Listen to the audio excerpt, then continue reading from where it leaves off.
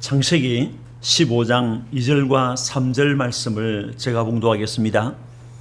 아브라함이 이르되 주 여호와여 무엇을 내게 주시려 하나이까?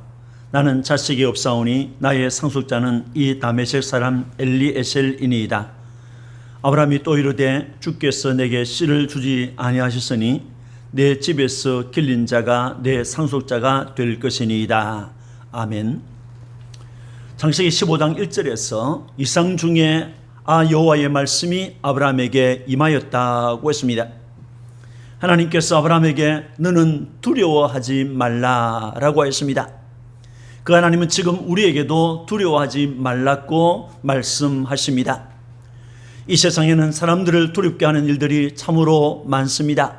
전쟁과 지진과 홍수와 해일과 질병 등으로 수많은 사람이 사망하거나 정든 보금자리를 떠나 피난하기도 합니다. 외에도 사업의 실패, 애인의 변심, 사랑하는 이들과의 이별과 죽음, 남에게 뒤질지도 모른다고 하는 초조감, 학업과 취업과 정치 등의 불확실한 미래가 우리를 두렵게 합니다. 그렇다 할지라도 하나님께서는 그의 언약의 백성인 우리에게 너는 두려워하지 말라라고 말씀하십니다. 계속해서 하나님은 아브라함에게 나는 네 방패요 라고 하셨습니다. 아브라함의 생애에 개입하신 하나님은 모든 환난, 모든 풍파, 모든 시험을 다 막아주는 방패였습니다. 앞으로 되어 주겠다고 하는 희망사항이 아니라 지금 너의 방패라고 했습니다. 과거에도 너의 방패, 지금도 너의 방패, 미래에도 나는 너의 방패라고 하신 것입니다. 하나님은 아브라함에게 방패가 되어주셨습니다. 가나안 원주민들을 막아주신 방패요, 애굽의 바로왕을 막아주신 방패요, 그돌오멜의 군인들과 그들이 가진 칼과 창을 막아주신 방패였습니다. 하나님은 지금 우리의 방패입니다. 우리들이 겪는 온갖 전쟁들, 영적인 전쟁과 육적인 전쟁에서 우리를 보호하시는 방패요, 위험 상황에서 보호하며 무서운 대적들을 저부 속에 하는 방패인 것입니다. 시편 118편 6절에서 14절을 보면 여호와는 내 편이시라 내가 두려워하지 아니하리니 사람이 내게 어찌할까? 여호와께서 내 편이 되사 나를 돕는 자들 중에 계시니 그러므로 나를 미워하는 자들에게 보응하시는 것을 내가 보리로다. 여호와께 피하는 것이 사람을 신뢰하는 것보다 나으며 여호와께 피하는 것이 고관들을 신뢰하는 것보다 낫도다. 문나라가 나를 에워쌌으니 내가 여호와의 이름으로 그들을 끊으리로다. 그들이 벌들처럼 나를 에워쌌으나 가시던 불의 불같이 다 없어졌나니 내가 여호와의 이름으로 그들을 끊으리로다. 너는 나를 밀쳐 넘어뜨리려 하였으나 여호와께서는 나를 도우셨도다. 여호와는 나의 능력과 찬송이시여 또 나의 구원이 되셨도다 라고 했습니다. 하나님을 체험하였던 다윗은 이렇게 하나님의 도움을 노래했던 것입니다. 계속하여 하나님은 아브라함에게 나는 너의 지극히 큰 상급이니라 라고 하셨습니다. 상은 생각만 해도 기쁘고 감격스러운 것입니다. 하나님 자신이 아브라함에게 상급이라고 했습니다. 하나님 자신이 아브라함에게 큰 상급이라고 했습니다. 하나님 자신이 아브라함에게 지극히 큰 상급이라고 했습니다. 이보다 더 큰 상이 어디 있겠습니까? 자녀들을 하나님께서 주신 상급이라고 하였습니다. 그러나 하나님은 자녀와는 비교할 수 없는 큰 상급인 것입니다. 눈앞에 보이는 물질도 중요하지만 그 물질보다도 그 물질을 내게 주신 하나님 그분이 나의 상급이신 것입니다.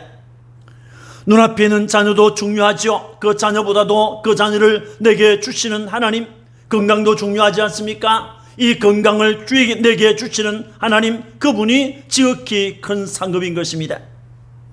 지극히 큰 상급이신 그분을 소유하는 것보다 더 중요한 것은 없는 것입니다. 본문을 통해서 아브라함의 기도라는 제목으로 함께 은혜를 받고자 합니다. 아브라함은 주 여호와께 기도하였습니다. 본문 2절에 아브라함이 이르되 주 여호와여 라고 했습니다. 나는 네 방패요 나는 너의 지극히 큰 상급이니라 라는 말씀을 들은 아브라함은 즉시 주 여호와여 라고 했습니다. 아도나이 여호와라는 말이죠. 주 여호와, 아도나이 여호와라는 말은 몇 가지 의미를 가지고 있습니다. 여호와 하나님 당신은 나의 주요 나는 당신의 종입니다 라는 의미를 가지고 있습니다.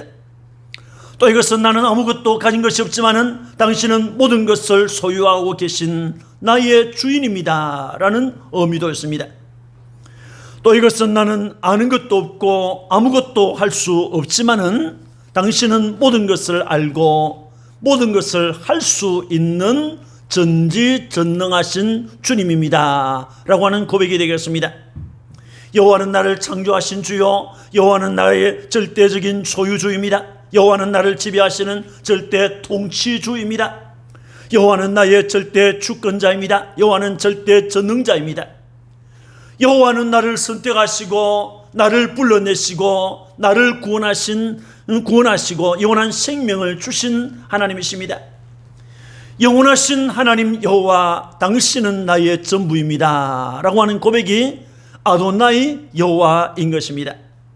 아도나이 여호와, 주 여호와라고 하는 말은 여호와 하나님을 체험한 아브라함의 고백인 것입니다. 여러분, 하나님을 체험했던 많은 사람들은 자신의 말로 하나님을 불렀습니다. 하갈은 자기를 살피시는 하나님을 만난 다음에 브엘라의 로이라고 불렀습니다. 아브라함 모리아산에서 준비하시는 하나님을 만난 다음에 여호와 이레라고 하였습니다. 야고보냐 북강강에서 하나님을 체험했습니다. 하나님의 얼굴을 만났습니다. 그때 그는 하나님을 번이엘이라고 불렀습니다. 홍해를 하나님의 기적으로 건너간 이스라엘은 여호와는 나의 힘, 나의 노래, 나의 구원, 나의 용사라고 했습니다. 저 광야에서 아말렉의 침략을 받았던 이스라엘은 아말렉을 이긴 다음에 여호와는 여호와 니시라고 불렀습니다. 여호와는 나의 깃발이라고 했던 것입니다. 미디안의 핍박을 피해서 숨어 찾아가던 기도원은 하나님을 만난 다음에 여호와 살롬이라고 했습니다. 여호와는 평강이시다 라는 말입니다. 미스바에 모여서 기도하는 이스라엘은 침략자 블레셋을 이겼습니다. 그 후에 저들은 에벤에셀이라고 불렀습니다. 또 우시는 하나님을 불렀고 그 하나님 앞에 제단을 쌓았습니다. 나다나엘은 주님을 만난 후에 당신은 하나님의 아들이시오 이스라엘의 임금 1호소이다 라고 하였습니다. 베드로는 주는 그리스도시요 살아계신 하나님의 아들입니다 라고 했습니다. 여러분은 하나님을 향하여 어떻게 부어배가면서 부릅니까? 여러분은 하나님을 나를 창조하신 주, 나를 구속하신 주라고 부르십니까? 이사야 43장 1절에 여호와 너를 창조하신 여호와께서 이제 말씀하시느니라. 이스라엘아 너를 지으신 이가 말씀하시느니라. 너는 두려워하지 말라. 내가 너를 구속하였고 내가 너를 지명하여 부르나니 너는 내 것이라고 했습니다. 하나님은 나를 창조하신 주, 나를 구원하신 주님이신 것입니다. 여러분은 하늘에 계신 우리 아버지여라고 부르십니까? 마태오 6장 9절에 하늘에 계신 우리 아버지여라고 하였습니다. 여러분이 하나님을 이렇게 부를 수 있다는 것은 참으로 행복한 것입니다. 아버지이기 때문에 여러분은 기쁘게 그분 앞으로 나아갈 수 있습니다. 아버지이기 때문에 그분 앞에 자유롭게 말할 수 있고 들을 수 있는 것입니다. 아브라함은 자기를 만나 주시고 자기에게 말씀하신 하나님을 향하여 주 여호와여 아도나이 여호와라고 불렀습니다. 여호와만이 나의 주, 나의 하나님입니다 라는 고백이 되겠습니다. 아브라함은 하나님께 기도하였습니다. 어떤 내용으로 기도했습니까? 첫째는 무엇을 내게 주시려 하나이까 라고 했습니다. 2절에 아브라함이 이르되 주 여호와여 무엇을 내게 주시려 하나이까 라고 했습니다. 아브라함은 하나님을 향하여 아도나이 여호와라고 부른 다음에 무엇을 내게 주시려 하나이까 라고 했습니다. 이것은 하나님의 복주심과 응답을 사모하는 아브라함의 간절한 심정의 토로라고 할 수 있겠습니다. 얼마나 하나님의 복주심을 사모하였든지 하나님의 말씀이 끝나기도 무섭게 무엇을 내게 주시려 하나이까? 라고 했습니다. 하나님, 당신이 지금 나를 찾아오신 것은 나에게 무엇인가를 주시기 위함이죠? 그렇죠. 그렇다면 어서 주세요 라고 하는 말씀이 되겠습니다. 이것은 영적인 것이든 육적인 것이든 하나님이 주신다면 하나님은 분명히 좋은 것을 주실 줄 알기 때문에 무엇이든지 받겠습니다 라고 하는 그의 기도가 되겠습니다.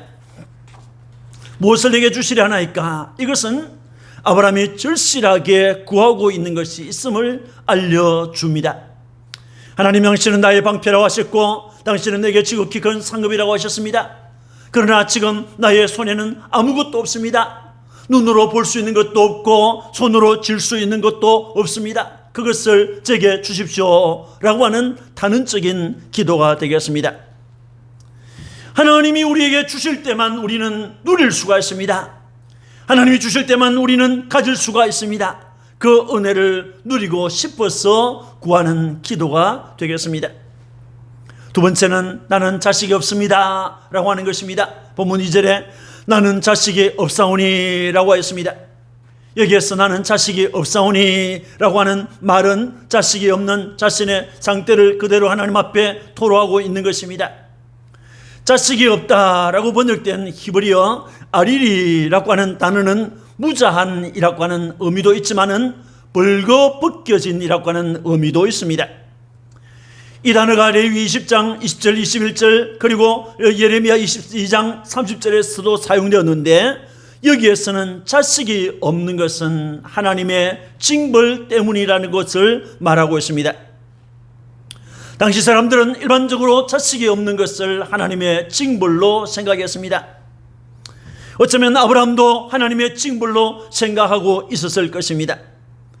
또 자식이 없는 것을 벌거벗고 사는 것과 같이 수치스러운 일로 생각했습니다. 아마도 아브라함도 그렇게 생각했을 것입니다. 나는 자식이 없습니다 라는 말을 할 때 아브라함의 가슴은 찢어진 듯 아팠을 것입니다. 하나님께서는 아브라함에게 자손을 약속하셨습니다. 자손뿐만 아니라 땅도 주신다고 약속하셨습니다. 그러나 아브라함은 자식도 없었고 땅도 없이 세월만 흘러갔습니다. 자식 문제를 생각하는 아브라함에게 있어서 하루해가 뜨고 하루해가 지는 것은 너무나도 두렵고 초조한 시간의 연속이었습니다. 그래서 나는 자식이 없습니다 라고 했던 것입니다. 이 말은 하나님께서 내게 나의 방패가 되고 내게 지극히 큰 상급이라고 하셨는데 그것이 나에게 자식이 없는 나에게 무슨 의미가 있습니까? 라고 하는 단식 소리라고 할 수 있겠습니다. 또 나는 자식이 없사오니 라고 하는 말은 무엇을 내게 주시려 하나이까? 라고 하는 말과 함께 하나님께 약속하신 자식을 달라고 구하는 기도가 되겠습니다. 하나님은 아브라함에게 나는 너의 방패요 너의 지극히 큰 상급이라고 했습니다. 그것은 아브라함이 기다리는 자식보다도 하나님은 더 크고 위대하신 분이라는 것을 알려주신 말씀입니다. 그러나 아브라함은 그 말씀을 하신 하나님께 눈꼽만큼의 감사도 하지 않았습니다. 오히려 자신의 문제, 자식이 없다는 것에만 집착하고 있음을 보여주고 있습니다. 하나님께서 아브라함을 찾아오신 것, 하나님의 말씀이 아브라함에게 임한 것은 아브라함을 굳게 세우고 아브라함의 믿음을 굳게 세우고 소망 가운데서 인내하는 사람이 될 것을 원하셨기 때문입니다. 그러나 아브라함은 이 위대하신 하나님의 뜻을 알지 못했던 것입니다. 세 번째는 주께서 내게 씨를 주지 않았습니다 라고 했습니다. 3절에 아브라함이 또 이르되 주께서 내게 씨를 주지 아니하셨으니 라고 했습니다. 여기에서 씨라고 번역된 히브리어 제라라고 하는 단어는 씨 또는 자손 또는 씨 뿌림을 의미하고 있습니다. 주께서 내게 씨를 주지 아니하셨으니 라고 하는 말은 자손을 주신다고 하신 하나님을 향하여 자손을 주신다고 하신 때가 언제입니까? 하나님께서 그 약속을 지키지 않고 있습니다 라고 하는 불만과 불평의 말이 되겠습니다. 또 이것은 하나님께서 자신과 맺은 언약을 잊은 것은 아닙니까? 라고 하는 말이 되겠습니다. 그렇게 말해서 하나님의 약속을 받고자 하는, 하나님께서 주실 복을 앞당겨 받고자 하는 마음의 토로가 되겠습니다. 또 이것은 하나님, 제게 자식을 주시지 않는 데는 그만한 사정이 있지요? 그렇다면 저는 더 이상 그것을 기다리지 않겠습니다. 그 대신에 제가 선택한 것을 허락해 주세요 하는 의미도 포함되어 있습니다. 이것은 이어지는 그의 기도에서 알 수가 있습니다.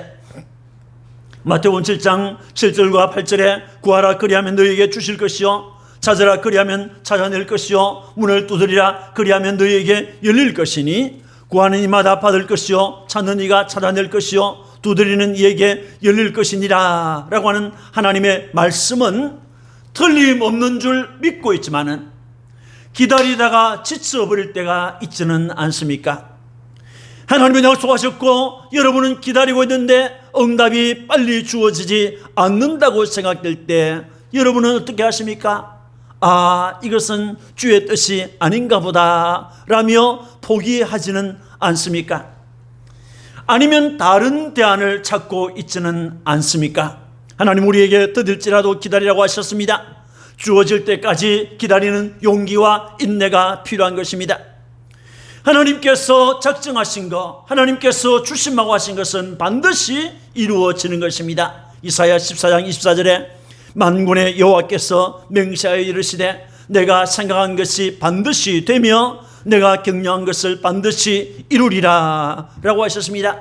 하나님께서 정하신 것, 하나님께서 생각하신 것은 반드시 되어진다고 했습니다. 하나님의 뜻이 이루어지도록, 하나님의 소원이 나타나도록, 하나님의 약속이 현실로 나타날 때까지 기다리는 믿음의 사람이 되시기를 주의 이름으로 축원합니다. 네 번째는 나의 상속자는 이 다메섹 엘리에셀이니이다 라고 한 것입니다. 본문 2절 3절에 아브라함이 이르되 나의 상속자는 이 다메섹 사람 엘리에셀이니이다. 내 집에서 길린 자가 내 상속자가 될 것이니이다 라고 했습니다.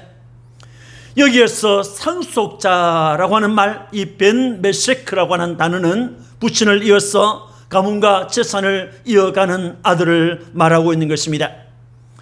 아브라함은 나의 상속자는 이 다메섹 사람 엘리에셀이니이다 라고 했습니다.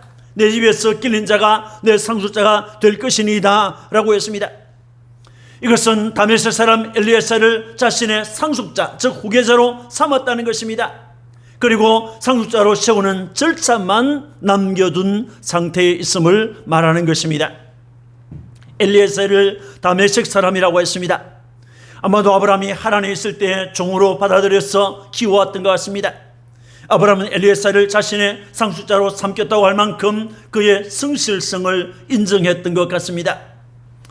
롯을 후계자로 생각했지만은 롯은 삼촌 아브라함을 두 번이나 실망시키고 떠나서 소돔으로 가버렸습니다. 그 후에 아브라함은 다메섹 사람 충성스러운 엘리에셀을 신임했고 사랑으로 보살피며 키워왔던 것 같습니다. 그는 신앙의 인물이기도 하였습니다. 그의 이름 엘리에셀, 이 엘리에셀이라는 이름은 나의 하나님은 돕는 자라고 하는 의미가 있습니다. 엘리라는 말은 나의 하나님이란 말이죠. 에셀이라는 말은 아잘이라는 단어인데 이것은 돕는다고 하는 의미가 있습니다. 나의 하나님은 나를 돕는 자라고 하는 의미가 있습니다. 이 이름은 아브라함이 지어준 것인지 아니면 본인이 그렇게 부르는 것인지 알 수 없습니다만은 아마도 아브라함이 불러주었을 것입니다. 창세기 24장을 보면 아브라함이 그의 아들 이삭을 위한 아내를 맞이하는 임무를 자기 집에서 충성스러운 종에게 맡긴 일이 있습니다. 그때 그 종이 엘리에셀일 것입니다. 그는 그때 그 사람은 처음부터 하나님께 기도하면서 그 일을 성실하게 수행했습니다. 아브라함은 하나님께서 자기에게 자식을 주지 않았기 때문에 엘리에셀을 자신의 상속자, 후계자로 삼켰다고 했던 것입니다. 이것은 하나님께서 주시지 않는 자식을 더 이상 기다리지 않겠다는 것입니다. 여러분, 아브라함은 하나님께 말하였습니다. 본문을 보면 아브라함이 이르되 아브라함이 또 이르되라고 했습니다. 이것은 하나님께 말하였다는 단순한 의미도 있지만은 하나님께 자신의 사정을 정확하게 말하는 단언의 기도를 의미하고 있습니다. 아브라함은 하나님께 주 여호와여 아도나이 여호와라고 했습니다. 그리고 무엇을 내게 주시려 하나이까 라고 했습니다. 나는 자식이 없습니다 라고 했습니다. 아브라함은 하나님께 주께서 내게 씨를 주지 아니하셨습니다 라고 했습니다. 그리고 나의 상속자는 이 다메섹 사람 엘리에셀이니이다. 내 집에서 길린 자가 내 상속자가 될 것입니다 라고 했습니다. 이런 그의 기도는 하나님께서 먼저 약속을 어겼다고 하는 불평과 함께 자기의 뜻을 관철하겠다는 자기 의지가 드러나고 있습니다. 하나님은 인간처럼 그의 약속을 파기하시는 분이 아닙니다. 하나님은 절대로 시근하시는 분이 아닙니다. 그것을 나타내시는 시간이 인간의 생각과 다를 수가 있습니다. 우리는 지금이라고 하는 시간에, 지금 이 시간에 주시기를 원하고 있지만은 하나님은 지금은 아니야, 좀 더 천천히 줄게 라고 하실 수 있습니다. 또 아브라함은 자기 집에서 기른 엘리에셀을 자기의 상속자로 세우기를 원했지만은 하나님은 다른 계획을 가지고 있었습니다. 아브라함의 몸에서 태어날 아들이 있고 그 아들을 통해서 천하 만민이 복을 받게 될 것을 하나님은 계획하고 계셨던 것입니다. 아브라함은 엘리에셀을 상속자로 삼겠다고 했지만은 그것은 아브라함의 생각일 뿐입니다. 아브라함의 뜻일 뿐입니다. 하나님의 뜻은 아니었습니다. 아브라함에게서 태어난 아들을 통해서 천하 만민이 복을 받게 되는 축복, 이것이 이 하나님의 계획이 아브라함의 계획보다도 훨씬 앞서 있습니다. 하나님의 생각은 아브라함의 생각과 달랐습니다. 하나님은 이사야 55장 8절에 내 생각이 너희의 생각과 다르며 내 길은 너희의 길과 다름이니라 라고 하셨습니다. 하나님의 뜻을 몰랐을 때는 그 뜻을 알기 위해서 우리가 기도합니다. 우리 하나님의 뜻을 알았을 때는 그 뜻을 이루기 위해서, 이루어드리기 위해서 기도합니다. 내 뜻을 이루기 위해서, 내 생각을 관철하기 위해서, 내 것을 완전히 이루기 위해서 기도하는 것은 결코 옳은 기도가 아닌 것입니다. 사랑하는 성도 여러분, 하나님께서는 나는 네 방패요 너의 지극히 큰 상급이니라고 말씀하셨을 때 아브라함은 주 여호와 하나님께 기도하였습니다. 그 기도의 주된 내용은 하나님께서 자신에게 씨를 주지 않았기 때문에 자기 집에서 기른 엘리에셀을 자신의 상속자로 삼을 것입니다 라고 하는 것입니다. 하나님께서는 아브라함을 갈대우르에서 불러내실 때 내가 너로 큰 민족을 이룰 것이다 라고 하셨습니다. 아브라함이 가나안에 도착했을 때 하나님께서는 내가 이 땅을 네 자손에게 주리라고 했습니다. 이 땅을 네 자손에게 준다고 했습니다. 또 하나님께서는 내가 네 자손이 땅에 티끌 같게 할 것이라 라고 말씀하셨습니다. 이렇게 말씀하심으로 하나님께서는 아브라함이 아들을 낳을 것을 알려주셨습니다. 그 약속이 언제 이루어질 것인가 하는 것은 하나님께서 하실 일이지 아브라함에게 있지 않는 것입니다. 하나님의 약속을 믿으면 기다려야 합니다. 여러분, 하나님의 약속을 믿는다고 말은 하면서도 그 약속이 실현되는 때를 기다리지 않는 것은 믿음이 아닌 것입니다. 아브라함은 나의 상속자는 이 다메섹 사람 엘리에셀이니이다 라고 했습니다. 이것은 하나님께서 하실 일을 자기가 정해놓고 통보하는 것입니다. 내가 원하는 어떤 답을 정해놓고 하나님께 아뢰을 때가 있지 않습니까? 이것은 올바른 기도가 아닌 것입니다. 그런데 여러분, 이런 기도조차 하지 않는 분들이 있습니다.